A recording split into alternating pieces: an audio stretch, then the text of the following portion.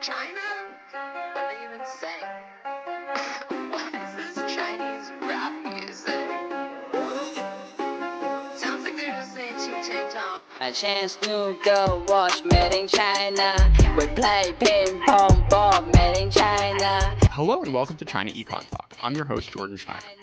So last week I was hunting in my spam folder, stressed out because I couldn't find a boarding pass, and lo and behold, I come across 5 letters from listeners who submitted notes through my personal website. My elation, however, was only tempered by the realization that my spam deletes messages every 30 days. So now I feel like a terrible person for not responding to everyone who sent me a message before February. I fixed the spam issue, but see my LinkedIn or Twitter in the show notes if you want to reach out. I will give you a twice as long response as I would have otherwise.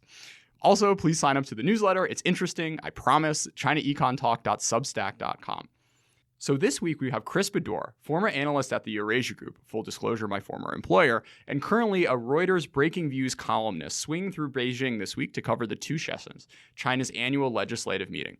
So let's kick it off this episode with some great Xinhua News rap propaganda. I got elation from inspiration, writing a compliment song for the nation. While I'm talking about 2 sessions after ranking in that section and into 4 sections to awaken acute vision and reduce tension. Just settle down and focus on what I eloquently mentioned about a truly essential for countries' development. So Chris, why are you even on this show again? I feel like that guy did a pretty solid job of letting us know what's going on this week in Beijing. Well, first I have to clarify right off the bat that talking in a totally personal capacity, so my views are certainly, they're my own. They don't reflect anything on my employer. But that kind of caveat out of the way, that was pretty persuasive. But I am here to cover the National People's Congress.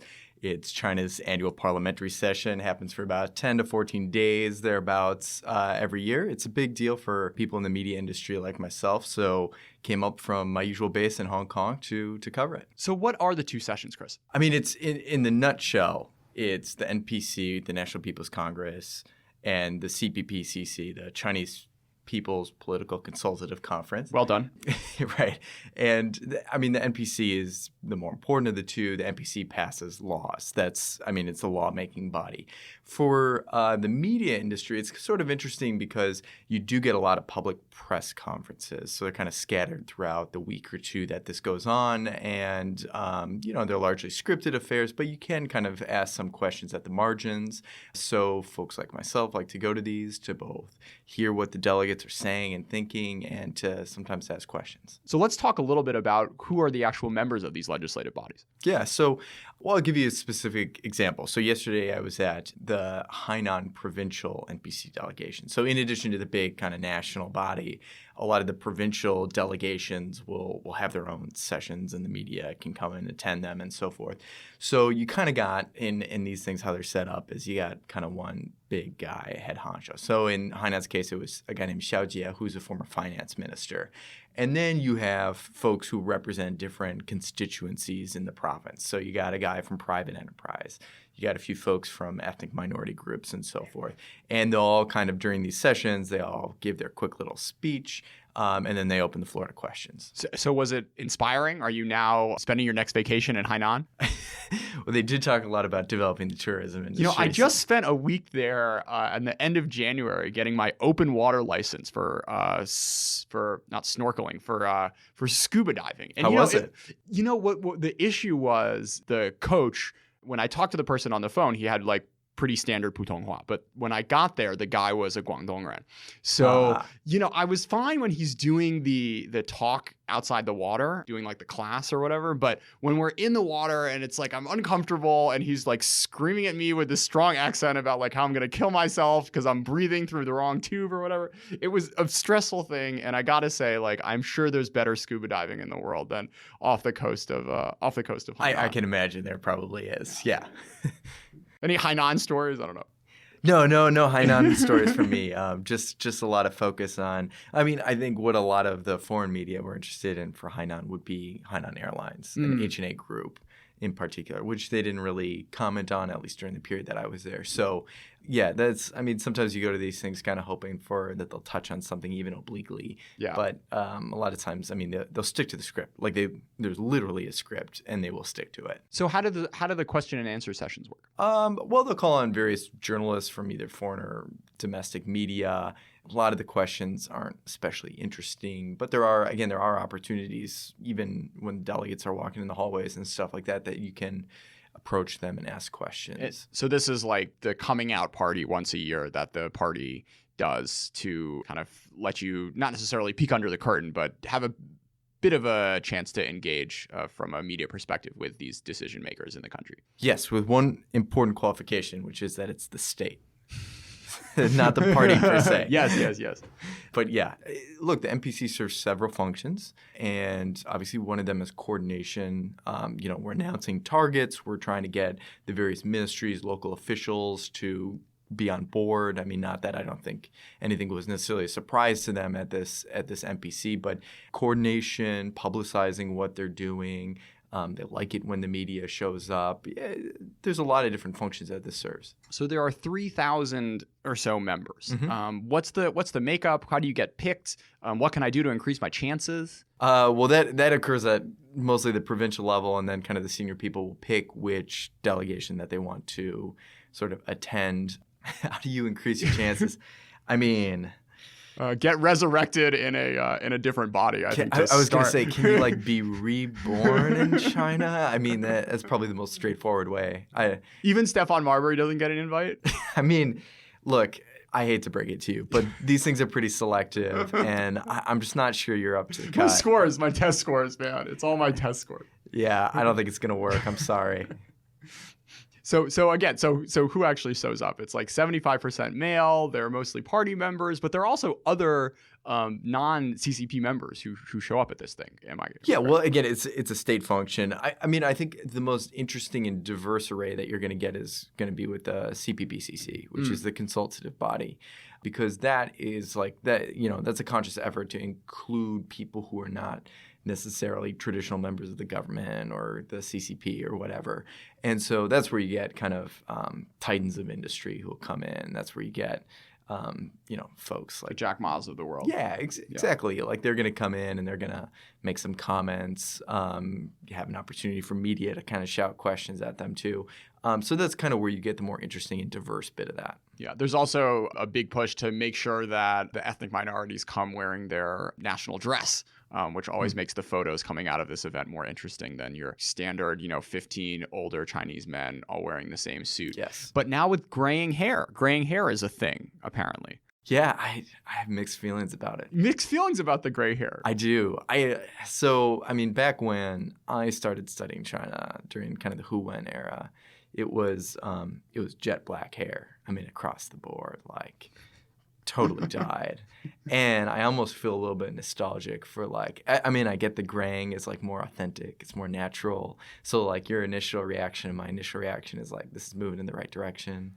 And maybe it is. But I'm sort of wistful for the days of, when it was all just totally identical. Yeah, those poor barbers out there. We're talking about fiscal stimulus, right? I was just going to say spending's going down. It's stimulus to the services sector. Yeah, somebody's got to dye that hair. So Li Keqiang, who is he, and what role does he play in this week? Yeah, so Li Keqiang's the premier. Essentially, this is a little bit simplifying, but essentially his job is to manage the economy. Let's get the real version. So what's the 3-minute explanation of the premier's function in the state and the party? Oh yeah, he's in the state council. Essentially oversees the state council. State council is the cabinet level body, which oversees in turn the various government ministries. What his role is at the NPC is he comes out on the opening of the NPC, and he delivers what's called the government work report, which is basically, here's what we did over the past year, here's our accomplishments, and here's what we want to do over the coming year. And that's where he lists, folks like myself and the media will, we get the report, but we'll also listen to it just because that's where the important economic indicators come out and the targets and stuff. So it's a very important speech, and he will deliver it, and then he'll also do later on, he'll do a press conference where you can kind of ask him questions. So yeah, he has a very important role, but I say that he's basically in charge of the economy because that is, especially in the current political context where you have a leader of the Chinese Communist Party and the Chinese state, Xi Jinping, who's very powerful, the premier's role almost becomes more of like the, focus on the economy. So like the joke around Xi Jinping, or it's not really a joke. I mean, it's an important task, but like it used to be like every time you saw him, like he would come out and he would say, here's a new tax cut. We're going to lower fees and stuff like that. And again, it's important, like if you're a business like that, you pay a lot of attention to that. But it's sort of like you kind of like that's his thing. That's what he does. Like it's a shtick, and it's an important shtick. Yeah. Li Keqiang.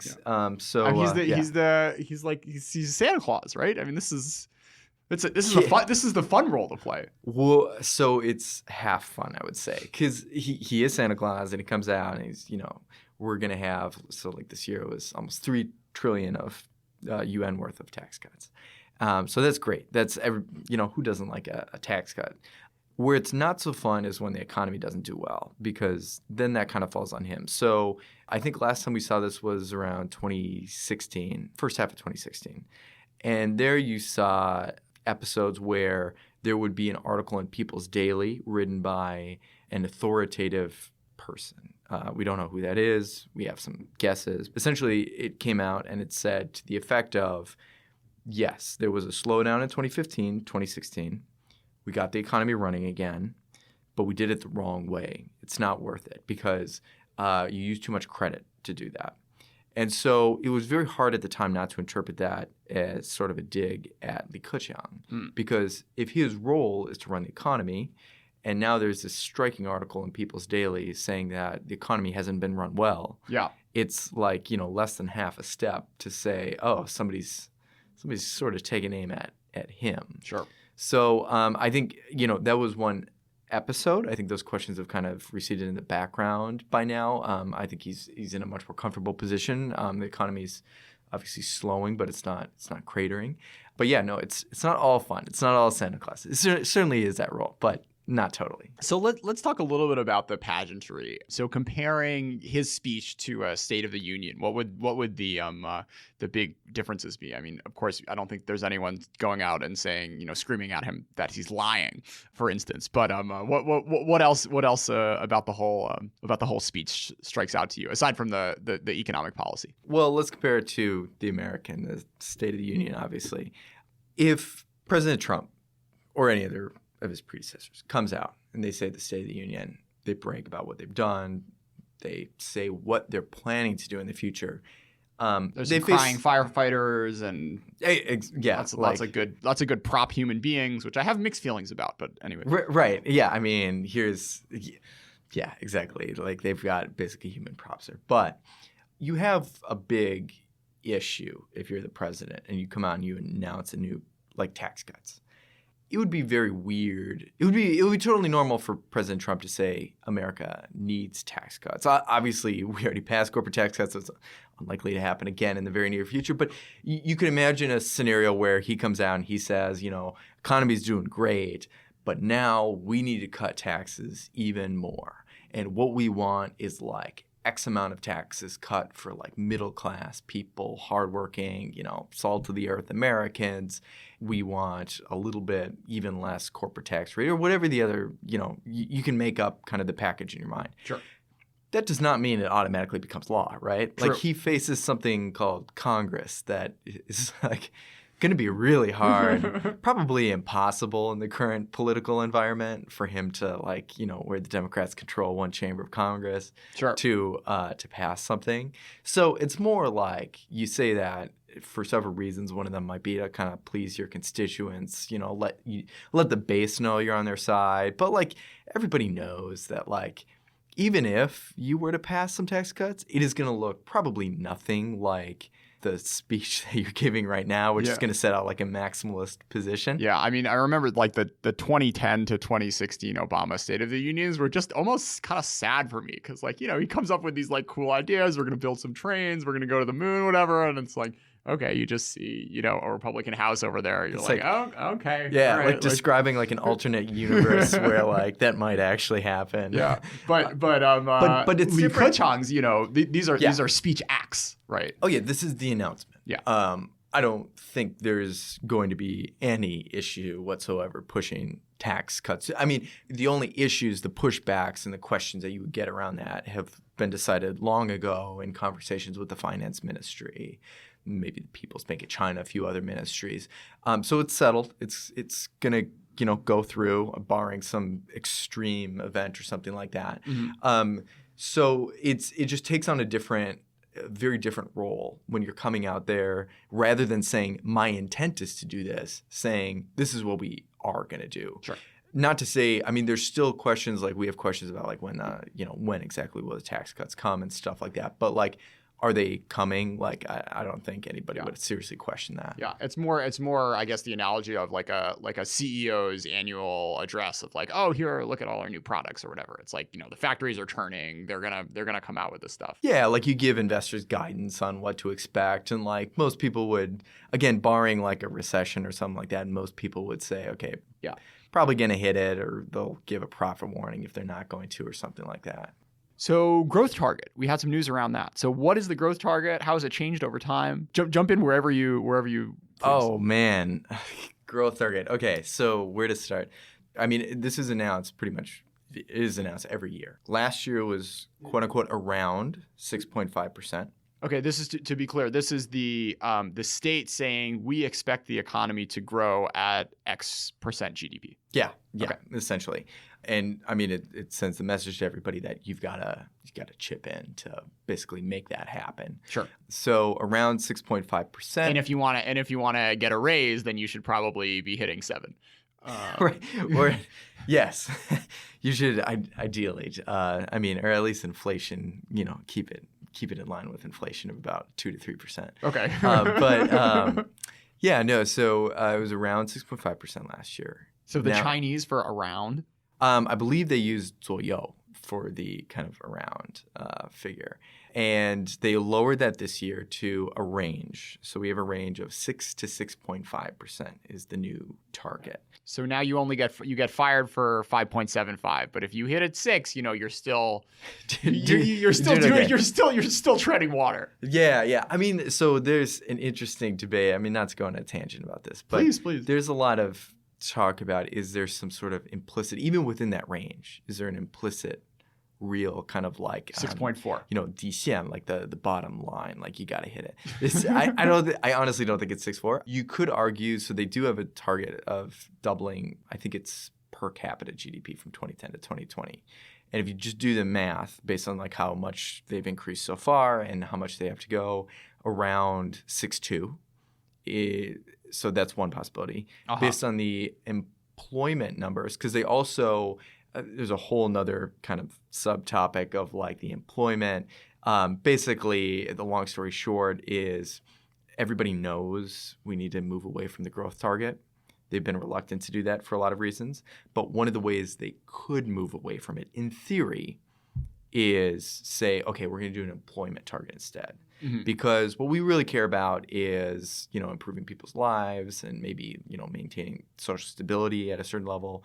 So we don't necessarily need to boost GDP to do that. That's kind of it's kind of a means to an end. Sure. Of like, maintaining full employment and making sure people's, livelihoods are increasing and stuff. So there had been this thinking that we're going to move toward the employment target. And we get language like, an employment first policy and so forth.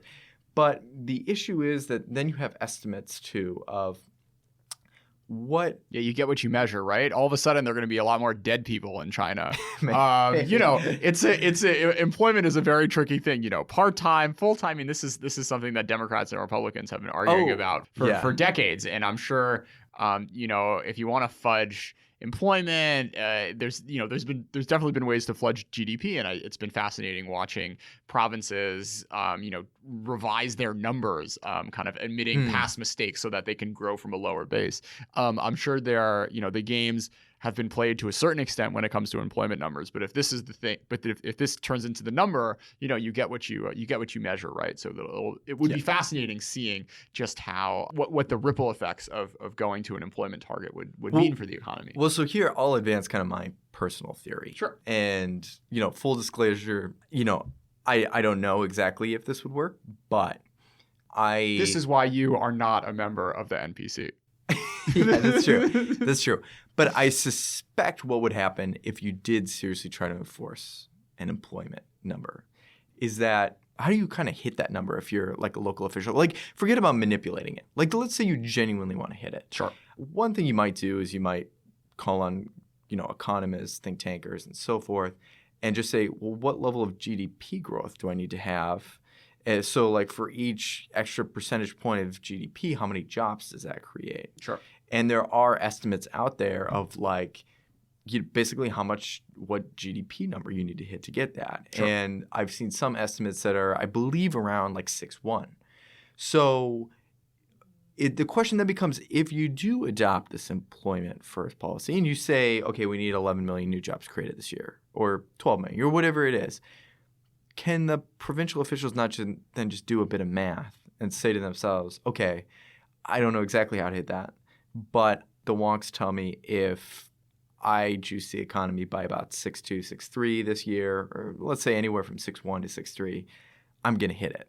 Then does it just become like a shadow GDP target? You know what I mean? Like, yeah, I mean, I actually would disagree with you. And putting on my provincial mayor hat here, I feel like there are much more straightforward ways to increase employment than kind of growing the economy. There are a lot of steps that you go from having a GDP number to an employment rate, and you can have high GDP growth and high unemployment too. So, I would imagine more direct ways, whether that's, public works or state employment or pressuring companies more aggressively than you have been otherwise not to fire people. Yeah. There are lots of kind of more direct levers that you can pull as opposed to just trying to be a good provincial governor and grow at a healthy, sustainable way. Well, so I get where you're going with that. Then it becomes a question of how do you get away? So, like, let's say you wanted to you're not going to hit that target for this year of whatever million jobs in your district or something like that. Yeah. So maybe you go on a government hiring spree to basically create a bunch of new posts and like hire people. That's going to have some pretty immediate impact. Like, you got to pay the people, and also it shows up like if somebody is kind of like watching your province and like figuring out if you should get a promotion, it's pretty easy to like see like, okay, your payroll's expanded. Now, one step further, you could do what governments essentially have done, local governments have done with growth, which is you could set up a company, inject it with some land or whatever that is off the balance sheet and starts hiring people. So that's essentially what they did to boost GDP growth, which is you set up something called a local government financing vehicle. And you kind of like, everybody knows, like, maybe you own it, but maybe you don't. But either way, it's kind of clear that you stand behind that debt. And there's a lot of kind of winks going on when the banks lend to them, or they go to bond markets and so forth. And then they borrow a bunch of money, start spending on whatever infrastructure, and then they boost growth that way. So you'd essentially have to do that with employment, right? So like, you're no longer being like, okay, I'm going to set up a company and it's going to like do a bunch of public welfare schemes. I'm going to set up a company and it's just going to like hire a bunch of people. Yeah. So I don't know, like, you're still sort of back in the same trap of like we're kind of like we're fidgeting we're fidgeting in the market in ways that are inefficient and are ultimately wasting money. Yeah, I mean it's almost like two sides of the same coin. It's at a certain point like the employment and GDP, like the same way you game it and so forth. So I just spent 2 years in a master's program in China studies, and all I got out of it was some mediocre Mandarin and badminton skills. Had I only known that at the University of San Francisco's new Masters in Applied Economics, I could have learned something to actually make me employable. R, SQL, machine learning, all that good stuff you actually see on job listings in Silicon Valley and Zhongguancun. Study the economics of platforms, auctions, and business strategy at the same time as you learn the tools of econometrics, experimental design, and machine learning. And for all those China nerds out there, which is presumably all of you, this program has a special focus on China with 4 native-level Mandarin-speaking professors who focus on China's political economy and tech scene. Plus, for those non-US students out there, as this program is designated STEM, you can apply for a 3-year extension on your student visa to keep working in America after you graduate. To learn more and get an application fee waiver, go to usfca.edu/Jordan. And if you want to sponsor an episode of China Econ Talk, reach out. We're open for business, and Beijing rent is not cheap. So we both read this book called The State Strikes Back, written by Nick Lardy of the Peterson Institute. You know, we just had this discussion about kind of the state's involvement in pushing growth. And one of the big arguments in this book is that actually, you know, the state-owned sector is a real huge weight on GDP and employment and efficiency. And as he argues, kind of the major thing holding the Chinese economy back. So I'm curious for your take on it, or whether or not you agree with the line he's pushing there. Yeah, no, I read the book. I thought it was an excellent book, and I was persuaded by the analysis. I mean, I think he does a really good job of by the way. Yes. Yeah, like a cool 150 pages. Which I totally approve of. I don't like overwritten books, and this was not one of those. Which you certainly see in the China universe. Yeah. Yes, definitely. That's definitely true. Without naming names or anything, I think it's definitely true.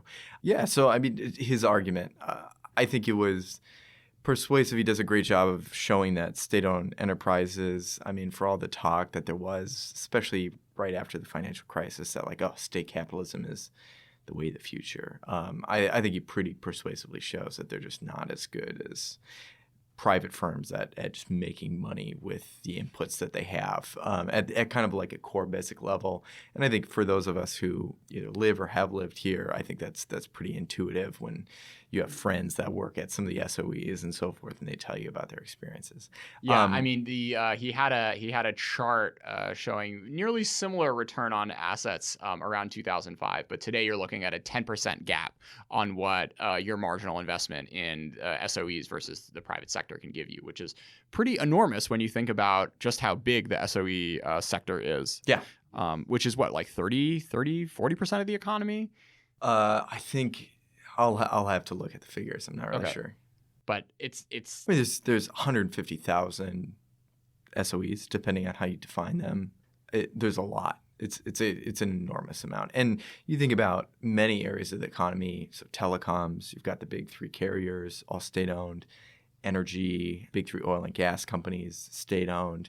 The banking system, they made slight progress there, but it's still essentially state-owned. Like the commanding heights of large swathes of the economy are still held by the state and state-owned enterprises. Sure. So on the one hand, this is a big opportunity. This is easy growth. Well, that's right? the optimistic. Yeah. No, he says in his book, and it's optimistic, and I completely agree that if the implication of that is if they decide that they want to embark more aggressively on state-owned enterprise reform, specifically, something basically privatizing them, that there still is a lot of room for them to continue growth, like fast growth. I think he puts it at around 8% or so for maybe 2 decades to come. Yeah. And that's based on kind of the experience of other what some have called kind of East Asian development states. So, your Taiwans, your Singapore, South Korea, Japan, and so forth. So, yeah, I mean, if they decide to go down that road, a lot of great things could come from that. But, I think...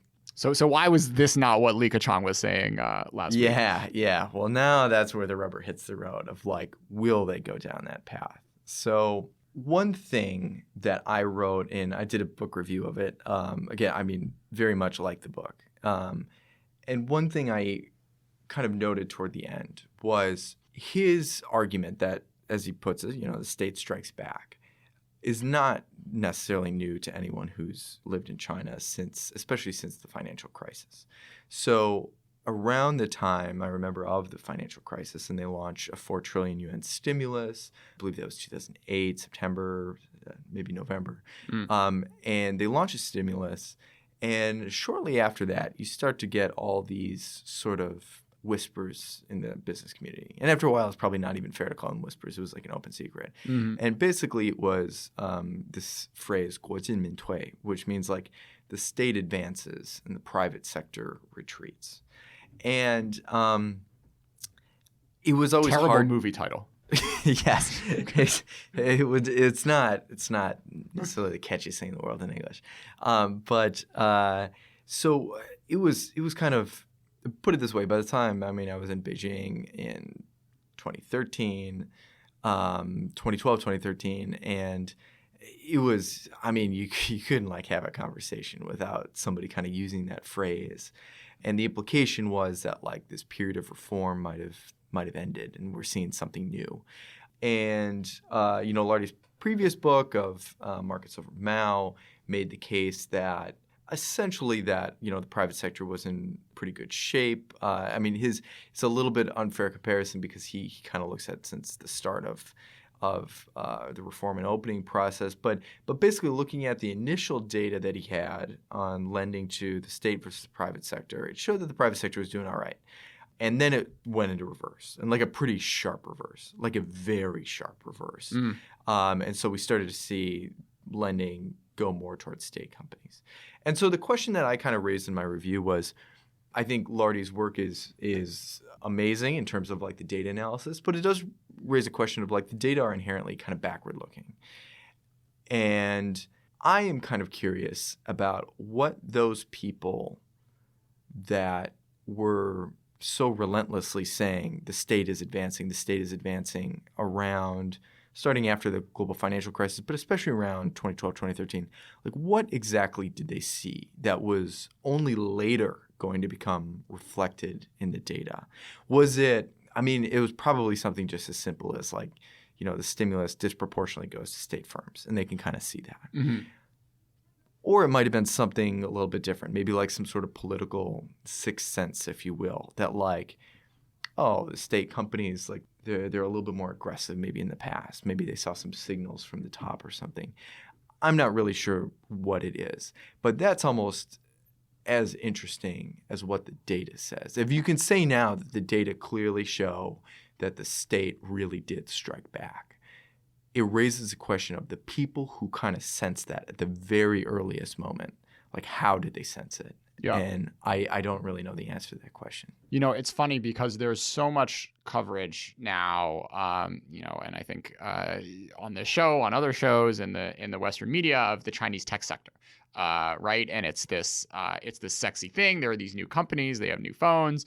There's crazy politics with Huawei and whatnot. But in the grand scheme of things, when you're looking at the Chinese economy, this is not what is driving GDP growth. He writes that the handful of listed internet and high-tech companies, although wildly successful based on their market valuations, account for a minuscule proportion of private firms and a very small share of Chinese GDP. While private firms have been able to raise increasing funds through PE, VC, and angel investors, these funding sources remain relatively small compared to the magnitude of bank loans. For instance, he cites that in 2017, the combination of PE, VC, and angel investors were around 500 billion RMB, compared to new lending by financial institutions plus local government bond issuance, which totaled up to a cool 20 trillion RMB. And even Ant Financial has barely $100 billion in loans. So at the end of the day, we should really be reading newsletters about what's going on at the state-owned sector if we actually want to, pick up on these sorts of whispers that are actually going to make real impacts from a macroeconomic standpoint. I completely agree. Yeah. This is such a big topic, and there's so much noise around it, and there's so much to look at. I think it's important to kind of have an ear to the ground, of course, and kind of hear those whispers, especially kind of with regard to the state sector, because it is so important. And from a policy dimension too, it is fascinating to watch. I think it was Barry Naughton had a good dissection of what happened with SOE reform. Because if you remember the third plenum of 2013, huge deal. It was, shortly after she had come to power, and it was this bold new kind of reform vision, or at least it seemed to be. And part of that seemed to imply, again, I say emphasis on seemed because it was always a little bit vague, but it seemed to imply that maybe China would kind of move more towards this model where the state basically lets state-owned enterprises kind of like do their own thing and maximize profit. And it's not going to be quite as hands-on. And we're just going to have kind of a passive financial stake, or even better yet, I mean, maybe we could sell it or, privatize it and then, just tax it like any other part of the economy.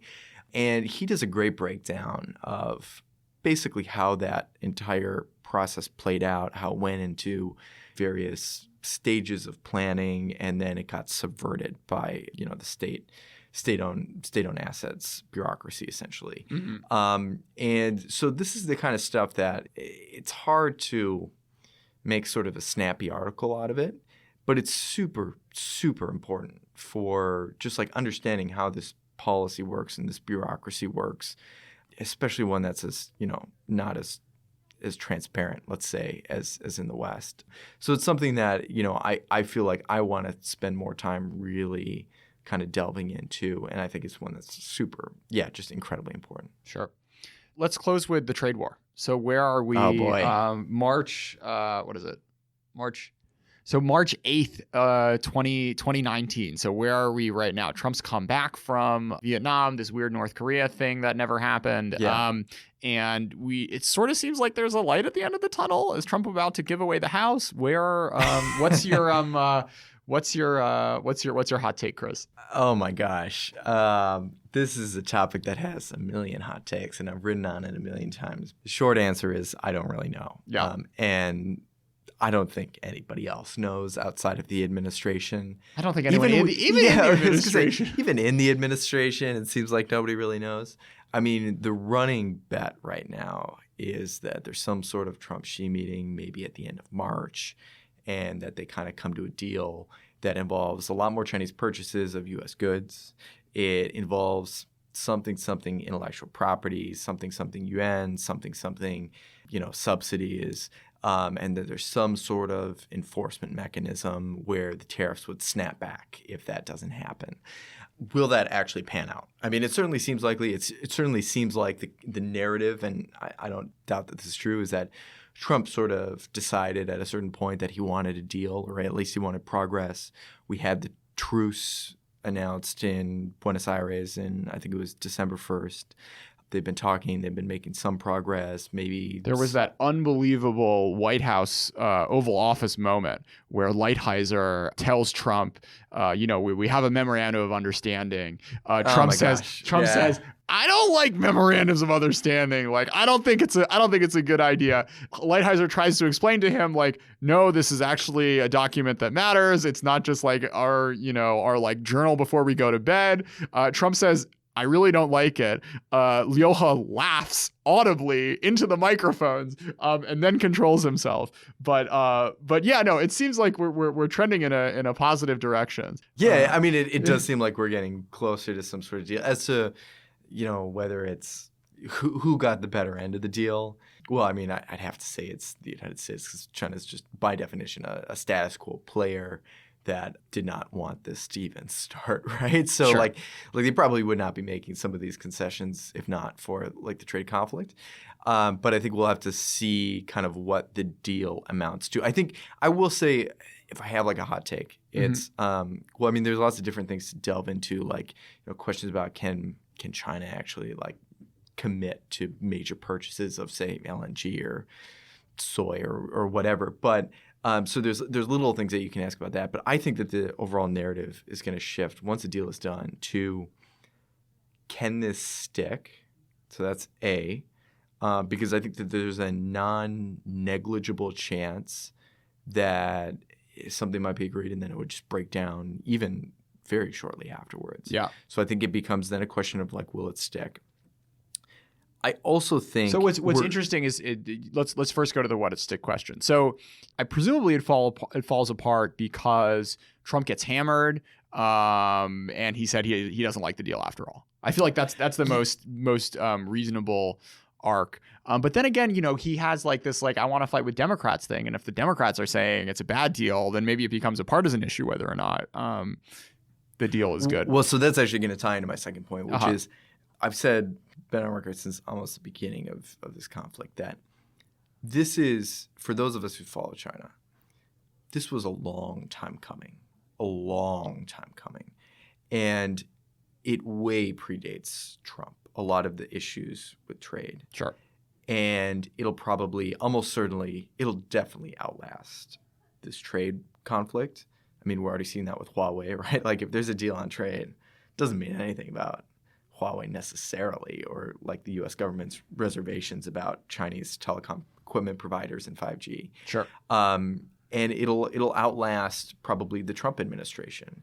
And I say that because there seems to be a bipartisan consensus now that we need to get tougher on China. And I'm not saying it's right. I'm not saying it's wrong or anything like that. It's just, it is remarkable how much the center of gravity on this issue has shifted over the past 5 to 10 years. Like, I mean, just like jaw-dropping shift in favor of a much more hawkish direction. Sure. So, yeah, you come to a trade deal or whatever. Do then things just sort of kind of go back to normal? Like that ship sailed long, long ago. Like we're in this for the next, I mean, not to be pessimistic, but like, 5 years at least until, yeah, I just don't know. Some of the issues that surround the relationship go into like deep trust issues. And I just I honestly do not know how they can be resolved like very quickly. Yeah.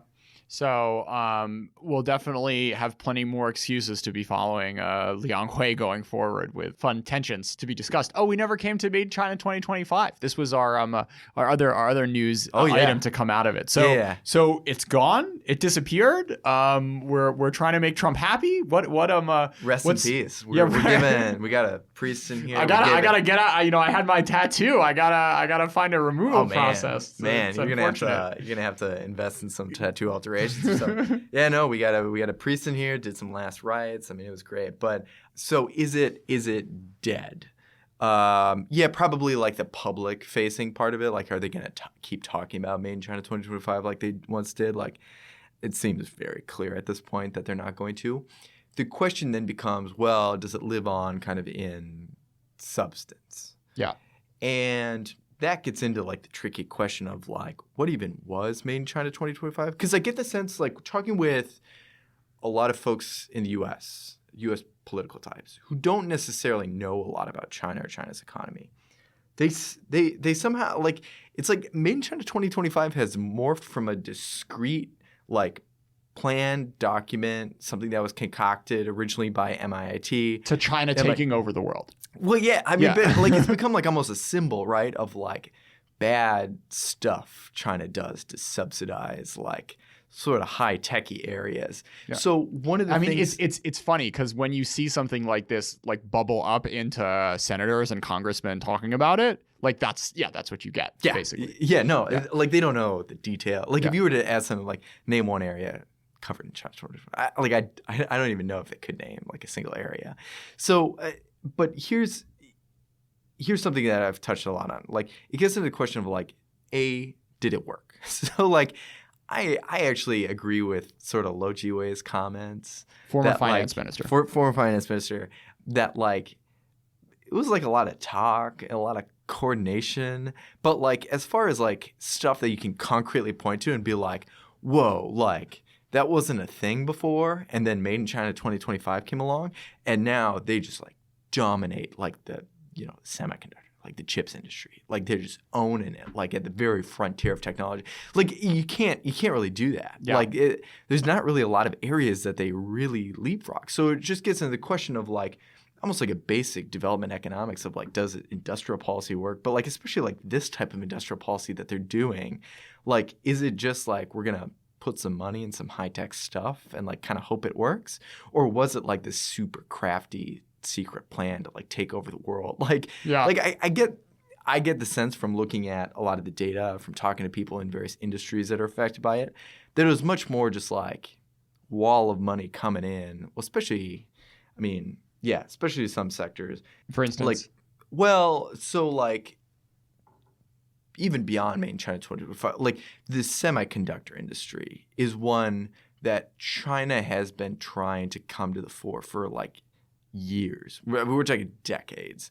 There's a lot of really good analytical work that's been done on it. Not everybody agrees, but I think it's safe to say, like in general, They have not made huge progress over the past year. In some areas, it's debatable whether they've made like really any catch-up progress at all. Like toward the tech, not just in like, can we produce like a lot of chips, but like, are we actually at the cutting edge of like technology? And you can point to like some areas like Huawei's chip design unit, HiSilicon, like super impressive, genuinely. But like other areas, like it's like manufacturing the actual chips, not really that impressive, like at all. Yeah, and at the end of the day, the long term, we talk about all this IP stealing or whatever, but at the end of the day, what really matters is being able to be on the cutting edge. And even if your stuff gets stolen and maybe you can figure out how to manufacture it 3 years later, like, okay, fine, like I'm already my country's companies are already on to the next big thing, and we're already beating you on quality and prices that are reasonable. Yes. So this is the big strategic question in the next 10, 20 years is like, to what extent will the Chinese technology sector be able to be on the cutting edge and stay on the cutting edge in a way that's domestically grown and fostered? And this was the whole idea of China, Made in China 2025, is to spend a ton of money, bring in, these like 1,000 talents from around the world and get Chinese firms to that place right on the frontier. And I guess your sense is, maybe a little bit, probably wasn't counterproductive. Maybe we just wasted a lot of money. But what was interesting was Lo Jiwei in this interview, he said, look, this is the sort of thing, this isn't like we're going to build a lot of steel factories and be able to like to subsidize the cost of solar panels or whatever. Like this is something that requires 22-year-olds at Tsinghua living their whole lives and being great AI researchers. And this is a much more organic thing that develops over time. And to kind of rush it as a classic state-run development program is maybe not counterproductive, but sort of beside the point. Yeah, no, I mean, I think, well, that's like Lo Jiwei in a nutshell. Yeah. Like, is he right? I would tend to say, yeah, he was. And like, I would even go on a limb and say like a lot of, maybe even most professional economists would probably say that like he's sort of like got like a pretty good point. Yeah. But does he make a lot of friends by like saying that in public among the government bureaucracy? Like, does that advance his career? Like, I'm a little bit less probably persuaded by that. Sure. Yeah, I mean, it's an interesting question. Like, to what extent does government subsidy of this stuff really make a difference? You look back to the U.S. in the 1950s and 60s. You listen to like the Ezra Klein podcast. Like every second week, there's someone talking about how the government spending and government research is something that's really important when trying to foster innovation. So it's not a crazy kind of like statist backwards idea that spending money in emerging industries and on emerging technologies like the state spending money on emerging industries and emerging technologies is necessarily a waste of money. No, I completely agree. I mean, I didn't mean to imply like most scientists or economists would say that like, spending on basic research or like that in theory you might be able to do more good than harm by doing a bit of, industrial policy at the margins or something. But then the question becomes, well, like, was China doing that? And like, by all accounts, like, I mean, a lot of the industrial policy they do is just not, I mean, it is not like a bunch of techies sitting in a room being like, okay, we're gonna pick which firms to back like VC style, and we're gonna be ruthless about it. This is much more like the government. This is not Bell Labs we're talking about. No, like this is a system. This is what I mean by like the most people probably say Made in China 2025. I mean. What it ends up meaning is that provincial mayor we are talking about making the factory and calling it, a biotech AR lab. Oh yeah, I mean like this is the question for it's something specifically called government guidance funds, and a lot of them are at the local level, and like I mean truly just shot through with like perverse incentives and like. Genuinely, like it is just such an open question about whether this stuff does any good, like whatsoever. Yeah, shout out to the Gansu province. We love you guys. Yeah, like synthetic oil production. We're delivering some hard truths here, but we do love you. Don't worry. I can't wait for the next Impossible Foods or whatever to come out of Inner Mongolia. Again, we love you guys. Please keep sending us your free synthetic meats. I guess we end it here. Chris, thanks so much for being a part of China Econ Talk. Yeah, thanks so much.